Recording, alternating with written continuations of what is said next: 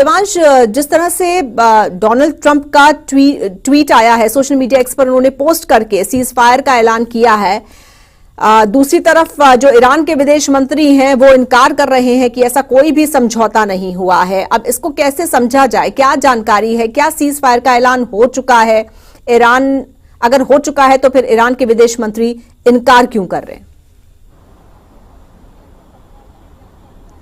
जी बिल्कुल, देखिए अमेरिका के राष्ट्रपति डोनाल्ड ट्रंप ने कल ट्वीट किया और एक्स पर जानकारी साझा करी कि किस तरीके से ईरान ने उनके ऊपर 14 मिसाइलों से हमला किया, जिसमें से 13 मिसाइलों को इंटरसेप्ट कर लिया गया और एक मिसाइल को जाने दिया गया क्योंकि वो अमेरिकी एयरबेस को टारगेट नहीं कर रही थी और उस जगह जाके गिर रही थी जहां पे किसी तरीके का कोई नुकसान नहीं था। उन्होंने बताया कि किस तरीके से ईरान की मिलिट्री की तरफ से जो है वो हमला किया गया था, लेकिन वो हमला काफी ज्यादा कमजोर था। लेकिन उसी के साथ उन्होंने ईरान का धन्यवाद किया कि उन्होंने पहले ही यूएस को बता दिया, तो कहीं ना कहीं यूएस को भी इसकी कहीं ना इन्होंने वो एक उम्मीद लगा रखी थी कि ईरान यहां पे रिटेलिएट करता हुआ दिखाई दे सकता है और वैसा ही ईरान ने किया। ईरान ने अमेरिकी एयरबेस कतर और इराक में क्या कहते हैं निशाना बना करके सीधे सीधे तौर पर मिसाइल फायर करी और लेकिन उन सभी मिसाइलों को इंटरसेप्ट कर लिया गया। उसके बाद अमेरिका के राष्ट्रपति डोनाल्ड ट्रंप ने बोला कि क्या कहते हैं पूरी तरीके से ये जो युद्ध विराम है ये अब लागू हो जाएगा और ईरान जो है वो पहले 12 घंटे युद्ध विराम करेगा, उसके बाद इजराइल 12 घंटे युद्ध विराम करेगा और 24 घंटे बाद ये 12 दिवसीय जो युद्ध है ये पूरी तरीके से खत्म हो जाएगा। लेकिन इसी बीच ईरान के अगर विदेश मंत्री की बात मानी जाए तो उनका कहना है कि किसी भी तरीके का सीज फायर लागू नहीं हुआ है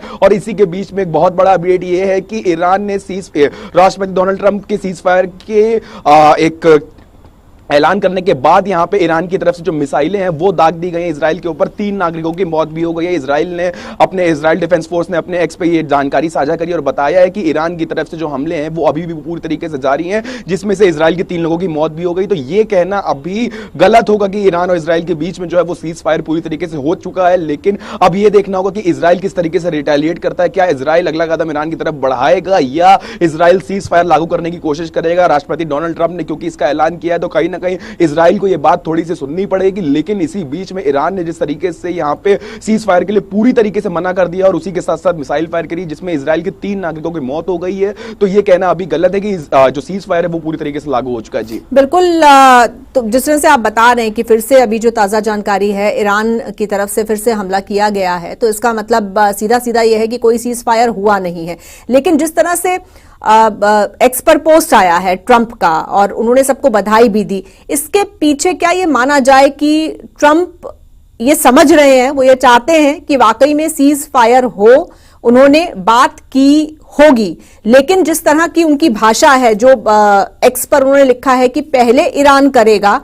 उसके बाद उसके कुछ घंटों के बाद इजराइल की तरफ से हमला रोका जाएगा, तो यानी कि कहीं ना कहीं वो फिर अपनी उसी बात को दोहरा रहे हैं जिस पर वो शुरू से काबिज है कि ईरान किसी भी तरह से उसको झुकाया जाए, घुटनों पे लाया जाए। तो सीज फायर में भी वो चाहते हैं कि पहले ईरान झुके और ईरान इसके लिए तैयार नहीं है।